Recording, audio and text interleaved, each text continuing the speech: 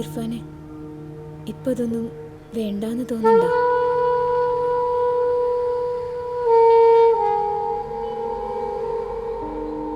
നമുക്ക് കണ്ട് വരണ്ടായിരുന്നല്ലേ? ഞാൻ പലവട്ടം പറഞ്ഞല്ലേ. ഇതല്ലാണ്ട് വേറെ ഒന്നും തോന്നിയില്ലടോ.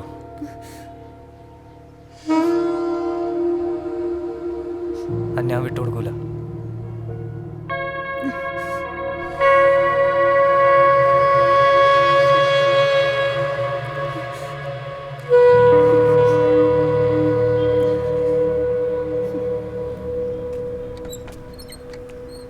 സാറേ, ഇതാ ഞാൻ പറഞ്ഞ കലീൽ. നമുക്ക് വേണ്ടപ്പെട്ട ആളാ. കലീലേതാ? ആ ചെക്കൻ്റെ ഏട്ടനാ. ഏത് ചെക്കൻ്റെ? ആ പെണ്ണിൻ്റെ ഒപ്പം വന്ന ഇയാൾക്കാണോ ഷോപ്പിംഗ് കോംപ്ലക്സ് പ്ലാസ ആണോ? ആ, ഇരിക്കിരിക്കെ. Thank you sir. അപ്പോൾ കാര്യങ്ങൾ എന്തായി സാറേ, അന്വേഷിച്ചപ്പോൾ പെണ്ണും പെണ്ണിൻ്റെ വീട്ടുകാരൊന്നും അത്ര നല്ലവരൊന്നല്ല. ഇത് ഇമ്മാതിരി പെണ്ണുങ്ങൾ സ്ഥിരം പരിപാടിയാ. വലിയ വീട്ടിലെ ചെക്കന്മാരെ വല വീശി പിടിക്കല്. ഏതാണ് ഇവൻ? നമ്മൾ ചെങ്ങായ. ഞാൻ ആ ചെറുക്കനെയും പെണ്ണിനെയും അത്യാവശ്യം പേടിപ്പിച്ച് വെച്ചിട്ടുണ്ട്. ഇനിയെല്ലാം നിങ്ങളെ മിടുക്ക് പോലെ ഇരിക്കും. അത് മതി സാറേ, അതൊന്ന് സഹായിക്കാൻ നമ്മളെ. ആ, അതൊക്കെ നമുക്ക് ശരിയാക്കാം.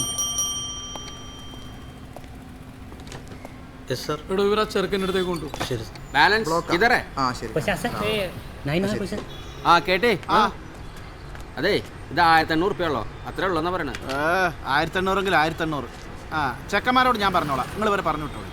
ആ, ജാവോ ജാവോ ജാവോ.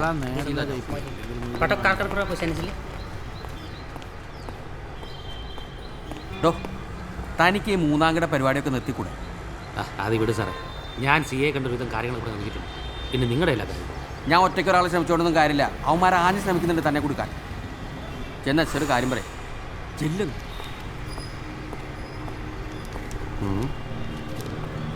ഇന്ന് കയറ്റിക്കെന്താ ഇടപാട്? അത് കുഴഞ്ഞു കുഴഞ്ഞ കേസാണ് സാറേ. ഇർഫോ, ഇജിപ്പം നമ്മളിപ്പോൾ പോരെ. അന്നെ തോന്നിയ മാതിരി ജീവിക്കാൻ നമ്മൾ സമ്മതിക്കൂല. അതൊക്കെ എന്തിൻ്റെ ഏടാണ്? ഇത് എൻ്റെ ജീവിതമാണ്, ഞാൻ തീരുമാനിക്കും കേട്ടോ. ഈ കണ്ട ചെറുമി പെണ്ണുങ്ങളോട് കൂത്താടി നടന്നടാ. എനക്കൊന്നും നഷ്ടപ്പെടാനില്ലല്ലോ. ഇല്ല ഇല്ല, എനിക്കൊന്നും നഷ്ടപ്പെടാം. കലീലേക്ക് എന്ത് വർത്താനം പറയണത്? മോളെ, ഇജ്ജ് ബേജാറാണ്ടട്ടാ. ആണുങ്ങളായാലേ പ്രേമം ഒളിച്ചോട്ടൊക്കെ ഉണ്ടാവും. ഇതൊരുമാതിരി എനക്ക് ഈ ചെറുക്കനെ തന്നെ കിട്ടിയോളാം. ആ കിട്ടിയോളൂ, ഇവിടെ തന്നെ കിട്ടിയോളൂ. എന്തേ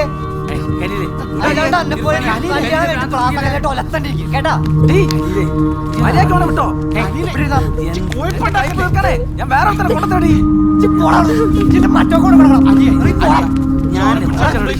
മോനെ, ചെങ്കിലും ഒന്നാണ്. ചോർത്തിതാവണ്ട, എനിക്കറിയാം എൻ്റെ വീട്ടുകാരെ കേട്ടാ.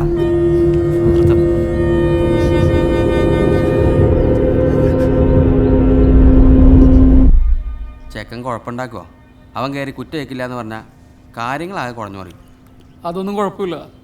താൻ ആദ്യം കേസ് ചാർജ് ചെയ്ത് ആ ചെറുക്കൻ്റെ മൊഴി രേഖപ്പെടുത്താൻ നോക്ക്. പിന്നെ എന്ത് പ്രശ്നങ്ങളുണ്ടെങ്കിലും ഇന്ന് അവനെ കോടതിയിൽ ഹാജരാക്കണം. ആ ചെറുക്കനായതുകൊണ്ട് കൊള്ളാം, അല്ലെങ്കിൽ വിവരം അറിഞ്ഞാനേ താൻ.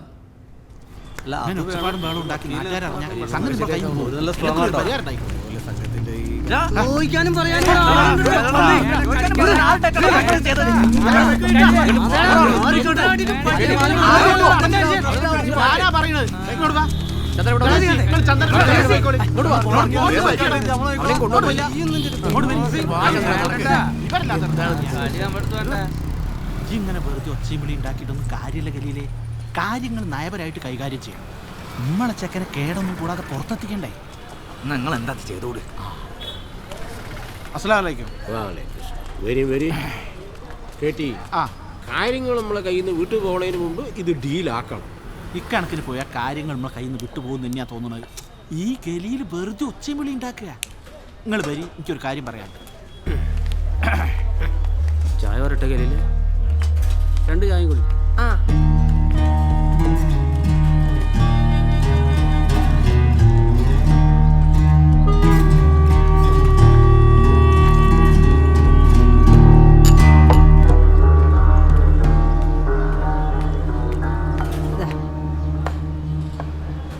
നല്ല കലിയിലേ, നിങ്ങളൊക്കെ ഇവിടെ ഉണ്ടായിട്ട് എങ്ങനെ വരുന്നത് എടുത്ത്?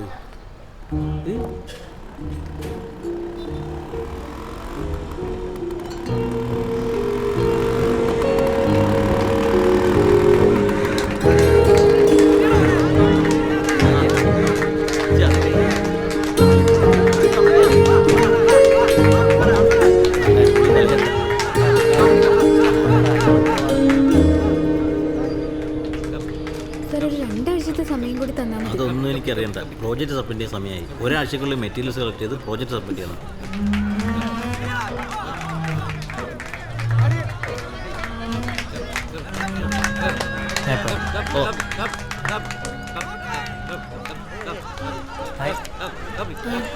എന്താ ഇജിവിടെ പഠിക്കണ്ട?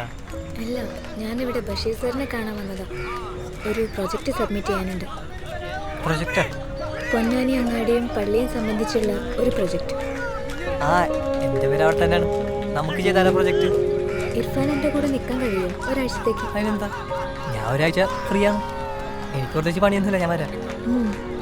ഈ സാറിനെ കണ്ട? രാവിലെ വലിയ വലിയ വിളക്കെടുത്ത് ഞാൻ ഷൂട്ട് ചെയ്തിട്ട് വരാം. ഈ അങ്ങാടി കണ്ടാൽ എനക്കെന്താടാ ചെറുമിപ്പണ്ണായിട്ട് മനുഷ്യൻ അന്തസ്സായിട്ട് നടക്കാൻ പറ്റാണ്ടായിക്കണ്. ഇജ്ജി കുടുംബത്തിന് സാമ്പത്തിക ഇഷ്ടം ഉണ്ടാക്കിയിട്ടുള്ളൂ. ഇനി കുടുംബത്തിന്റെ മാനം കൂടി കളയാൻ എൻ്റെ പുറപ്പാട്. ഓൻക്കെന്താ ഉണ്ടാക്കി വെച്ച് തിന്നണം പോണോ? കലീലേ, ഇജ്ജുമുണ്ടല്ലേ? ഇർഫോ, ഈ കലീൽ പറയുന്നതിൽ എന്തെങ്കിലും കാര്യണ്ടാ? അനക്ക് ഓളായിട്ട് എന്താ ബന്ധം? ഒന്നുമില്ല അമ്മ. ഞാൻ കാരണം അവളുടെ ഒരു പ്രോജക്റ്റ് മുടങ്ങിപ്പോയി. അത് തീർത്തു കൊടുക്കാൻ വേണ്ടി അവളുടെ കൂടെ ഒന്ന് പോയി സഹായിച്ചു കൊടുത്ത്. അല്ലാണ്ട് ഓ, ഈ വലിയ പരസായ അല്ലടാ, അന്റെ കെട്ടും മട്ടും കണ്ടിട്ടല്ലടാ പല തറവാടുന്ന് സഹായം കിട്ടിയേ. ജെ പാസാക്കലിന്റെ അഞ്ചനായിട്ടാ. എന്നാ പ്ലാസാക്കല്ലിൽ ഒരു കാര്യം കേട്ടോളി, എനിക്കോളെ ഇഷ്ടമാണ്. ഞാൻ ഓളെ തന്നെ എനിക്ക് ആഴിക്കോളൂ കേട്ടാ.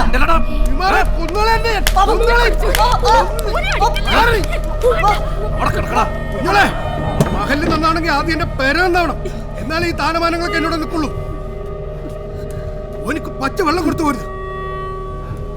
മനസ്സിന്റെ മാനം കളയാനുണ്ട്. സമാധാനായില്ലപ്പോ?